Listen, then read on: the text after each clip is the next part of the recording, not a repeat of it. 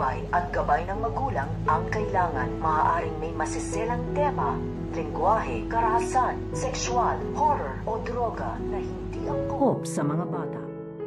Ang pagtakas nito nga ni Tanggol at ito nga si Marcelo, dahil makikita nga nito nga ni Marcelo na ito nga si Tanggol ay tatakas nga ito dahil pinagplanuhan na nga nito nga ni Tanggol ang kanyang pagtakas dahil kailangan nga niyang makalabas upang mahanap nga dito ang asawa nito nga daw ni Mokang at maipaghiganti nga niya dito ang ginawang pagpaslang dito nga daw sa kanyang minamahal na ito nga si Mokang. At nung palabas na nga dito ito nga si Tanggol ay nakita nga siya dito nito nga ni Marcelo, pero ito nga si Tanggol ay sinasabihan nga na dito ito nga si Marcelo na wag nga daw itong mangingialam at wag nga daw itong magsusumbong dito nga daw sa kanyang gagawin na pagtakas. So ito nga si Marcelo ay sinabihan nga na dito ito nga si Tanggol na wag nga daw itong mag-alala dahil sasama nga daw siya sa kanyang pagtakas. Kaya nagsanib pwersa na nga dito ito nga si Tanggol at ito nga si Marcelo at isasagawa na nga nila dito ang kanilang pagtakas. So pakakaabangan nga natin dito